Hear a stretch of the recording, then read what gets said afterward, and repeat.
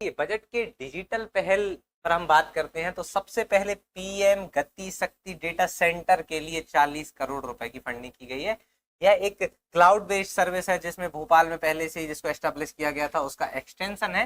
लेकिन वास्तव में यह पीएम गति शक्ति क्या है, डेटा सेंटर की बाद में बात करते हैं। पीएम गति शक्ति है क्या?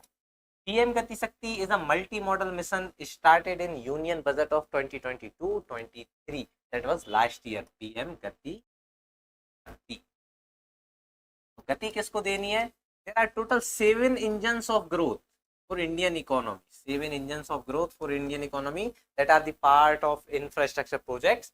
तो इसमें लगभग जो 160 लाख करोड़ रुपए की पाइपलाइन प्रोजेक्ट है उसको डाला गया है और इसमें हमारे पोर्ट्स, एयरपोर्ट्स,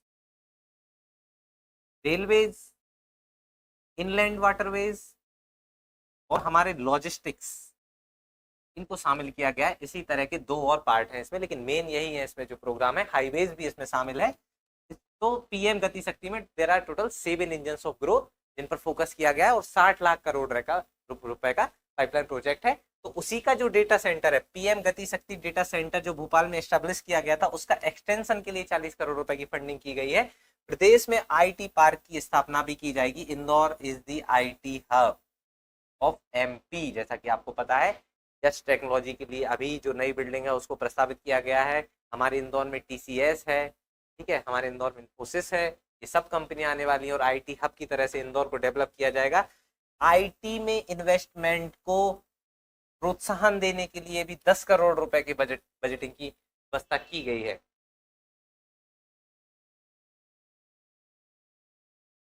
इसके अलावा क्लाउड सेवाओं पर फोकस किया गया है बजट में और हमारे जो सरकारी विभाग हैं, गवर्नमेंट डिपार्टमेंट्स हैं, वहां पर संपदा ई रजिस्ट्री, तो जो ई रजिस्ट्री हमारी है उसका प्रोविजन बढ़ाने के लिए ई आबकारी आदि प्रोजेक्ट्स भी लाए गए हैं।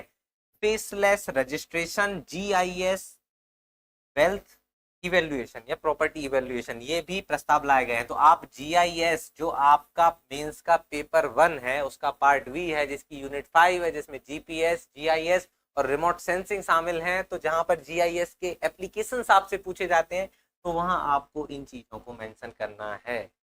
तब आप बता पाएंगे अपने उत्तरों में कि किस तरह से एडमिनिस्ट्रेशन में जीआईएस का यूज हो रहा है। That is GIS wealth evaluation या प्रॉपर्टी इवेल्युएशन के लिए भी इसका उपयोग किया जाएगा संपदा ई रजिस्ट्री में।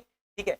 भूमि रिकॉर्ड का आधुनिकीकरण, तो आपको पता हो कि national land record digitalization program एक चलाया जा रहा है जो लगभग 2007-8 में शुरू किया गया था, जिसमें देश के सारे जो लैंड रिकॉर्ड हैं उसको हमको डिजिटाइजेशन करना है। तो आप याद रखिए इसके लिए भी डिजिटल भू अभिलेख का भूस्वामियों को प्रदान करने की अब व्यवस्था की गई है अगले चरण में।